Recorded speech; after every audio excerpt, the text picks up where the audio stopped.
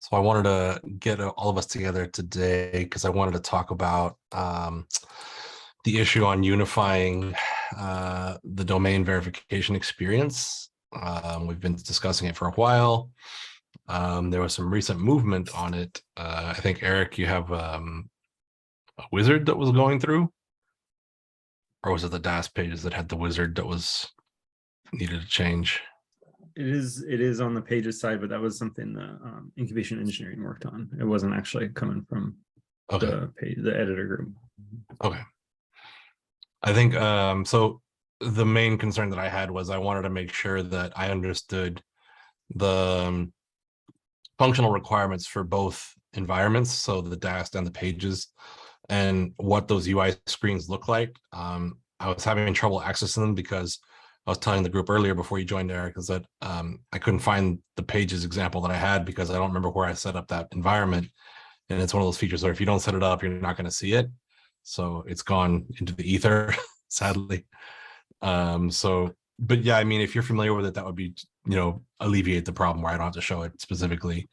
The point that I want to make sure that I'm understanding is that before I go and try and create a new UI, my initial plan was to see if I could somehow just merge two existing UIs and what sort of technical problems that would introduce, or if there was specifically if there's weird data segmentation where it has no relevance to one subject versus the other, right?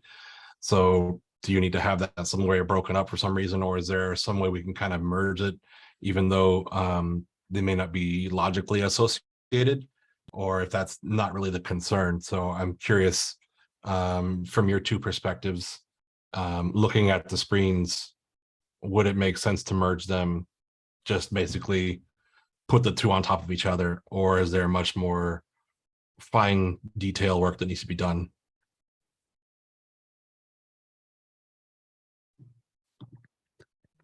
Okay. Go ahead. You want to go ahead and start? Yeah, go for it. Yeah, no, I was just going to say, I think it'd be helpful to just first quickly review the two processes together, just kind of walk through them to get a sense of what the differences are between them, and then we can probably pick up the conversation. Yeah, I agree. Cool.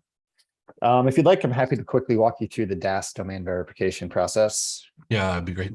Yeah, that'd be awesome. Cool. Let me get to the right screen here. All right, let me share. All right, you guys able to see my screen okay?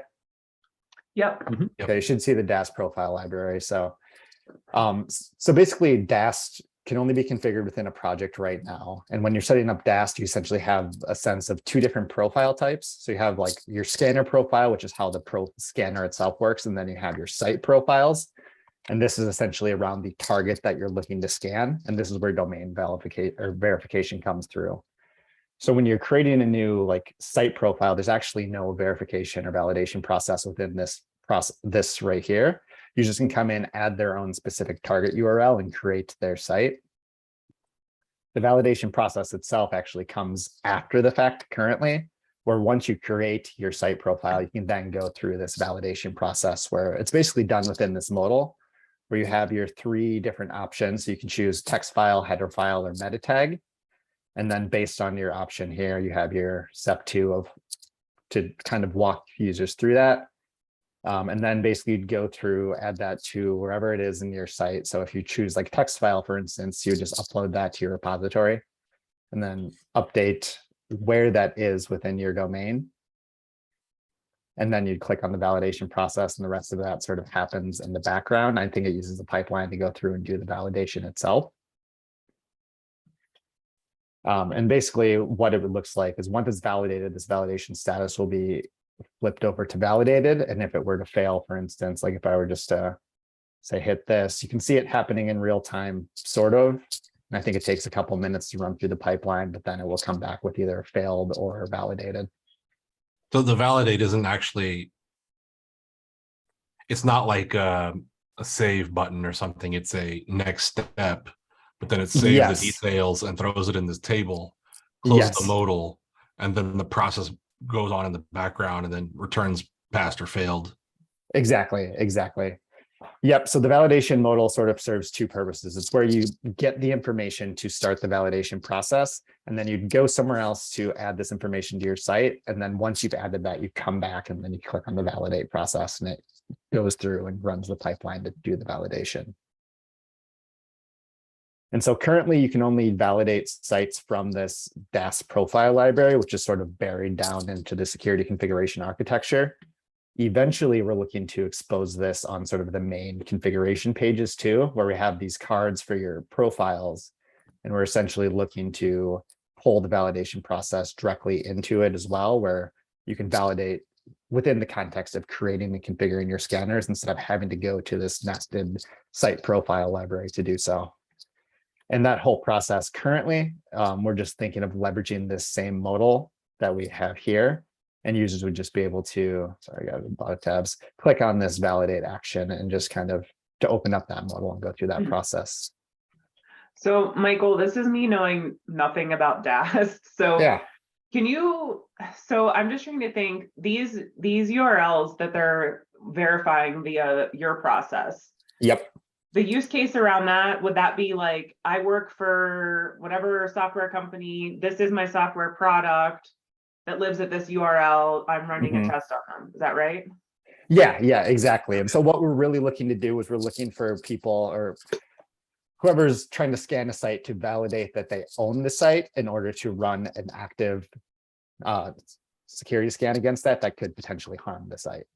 Okay, so that's like it's a little bit of a different use case, but I feel like it's not disparate enough to make it so necessarily they have to live in different places. Because what we're interested in is I work for software company X, I own X.com, any user that belongs to X.com belongs to me. Yeah. So it's not about like the software I'm making necessarily, it's about my company. Okay, that makes a lot of sense. To expand on that, it's about the people in my group. Yeah. Right. Okay. So you're looking to more so validate the people that have access to these domains and whatnot, or you're validating the domain. Sorry, I guess I'm not quite understanding where the people aspect comes into that. Could you? Yeah, so it's about taking my GitLab.com group. So I'm a GitLab SaaS customer. Okay. I own X.com. I may have had users that like already signed up for GitLab with their X.com email address. Sure. I need to find them and then sort of like claim them as like, hey, your account belongs to X.com. Yes. Okay. I get what you're saying now. That makes sense.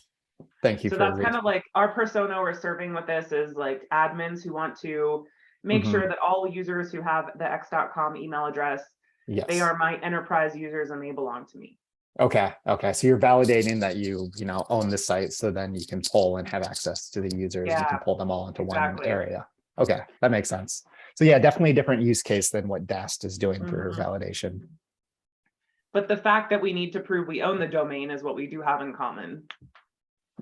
Yes, and that's common to pages as well, but it is more about like we are allowing custom domains to host the pages, to serve DNS for the pages content, and so we need to make sure that that's a domain that you have control over. So I will say I don't have as much detail or context as I probably should as the PM for pages. It is relatively new on my list of categories and it has not been my primary focus. But from what I do understand, it's a similar process, although we only have one option, which is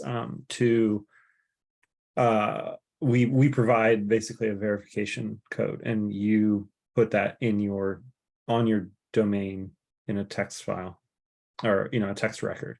And so then we check for the status of it and make sure they match. It's a fairly simple validation that happens. And then there's like, you add your DNS, A record and CNAME and stuff like that to make sure that everything's configured correctly, but an SSL certificate if you have one. So that is the extent of the pages use case. I think we don't use it for anything else. And if there were a standardized way to claim the status of a domain, and we already knew that you were the owner of this domain, I think that could come in handy for pages.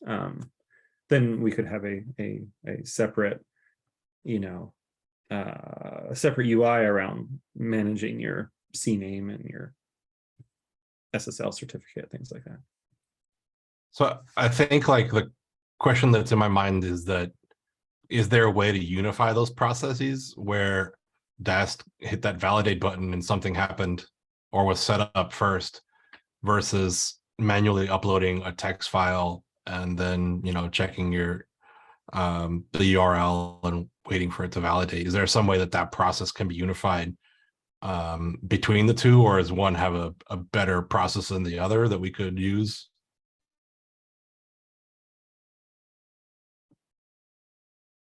Or is it they need to work independently because they do different things and they don't validate the same way or the same data? My fairly admittedly rudimentary understanding is that they're doing much the same thing, that they're validating that you have access to that domains group. So Yeah. I don't think there would be any concern in consolidating them from the standpoint of, like, I don't think there's anything special about our text record. Yeah, I tend to agree. They do tend to be the same. No, go ahead, sorry.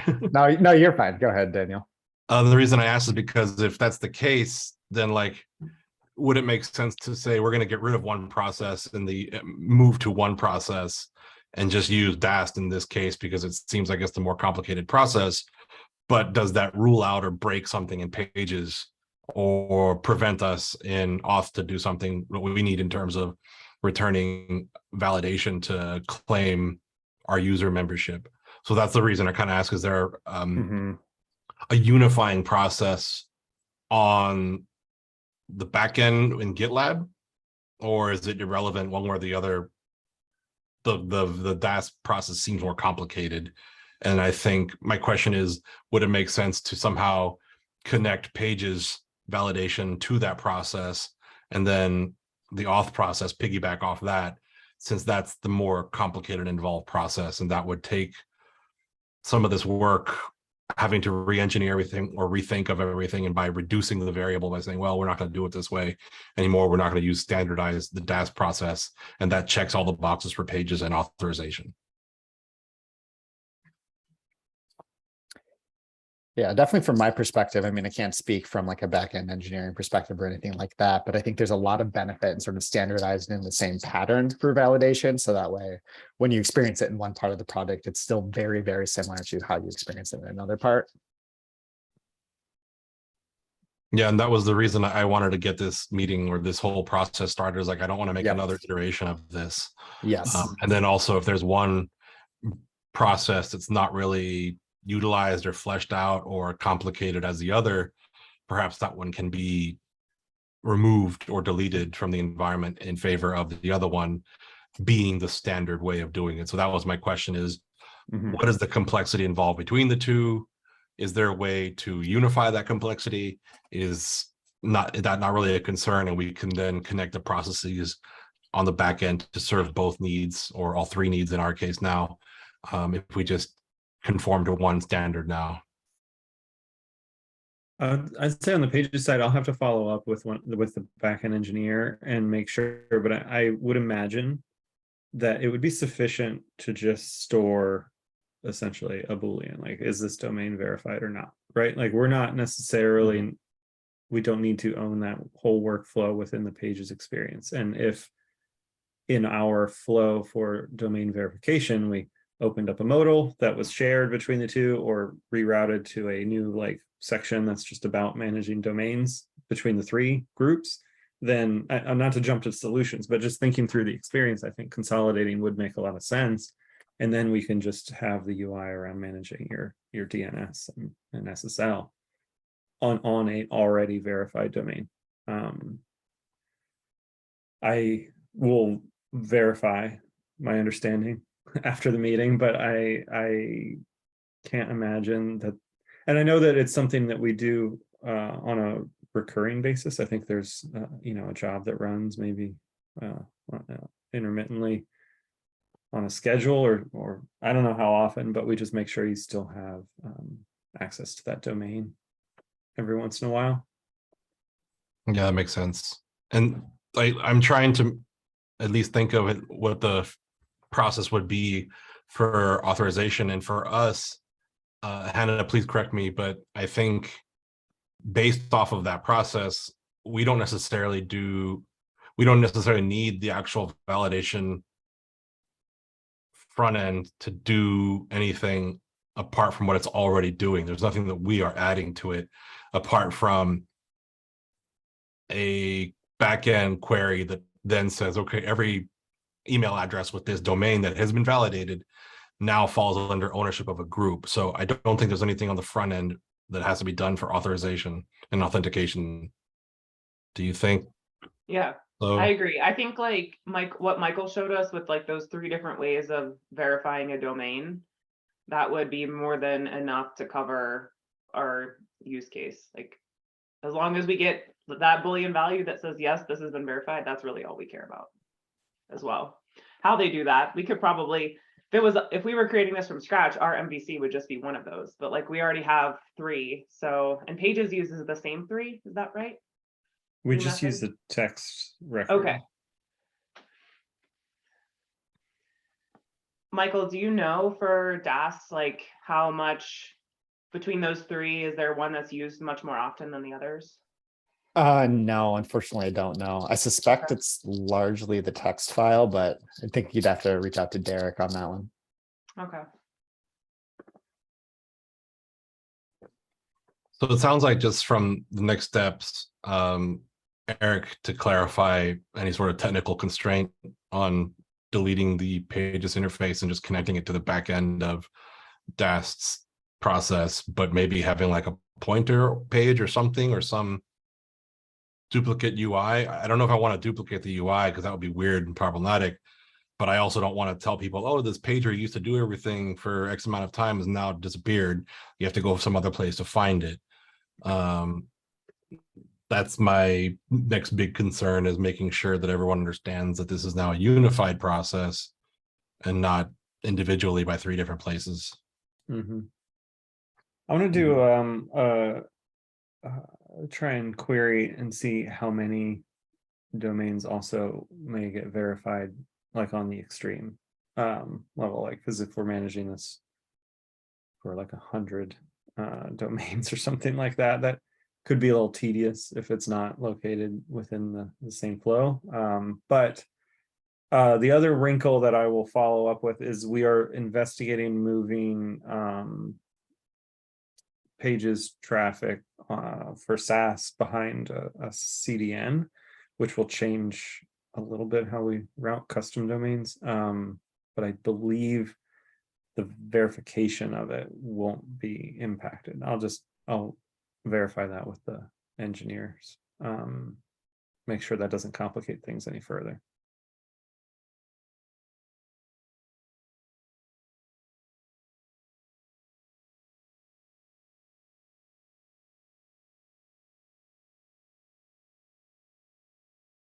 I guess that is good for me. I don't think I needed anything else. I got my questions answered. I think the next steps are, as you said, Eric, you'll work on the getting down some technical knowledge on that. And then I guess, Michael, if we can follow up on the issue async, just to say, here's the screens of what it looks like currently.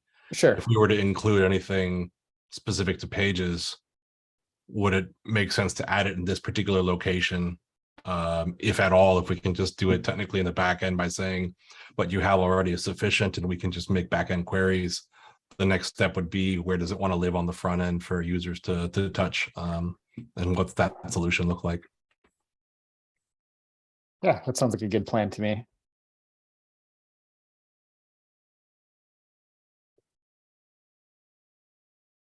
Cool. Well, if nobody has anything else, I guess we can call it a good meeting. Thanks for putting this together. Yeah. I'll follow up on those points, and hopefully we can prevent yet another domain verification workflow. Cool. Well, thanks everyone. Have a good day. Awesome. Thank All right, you. bye. Thanks. Bye all.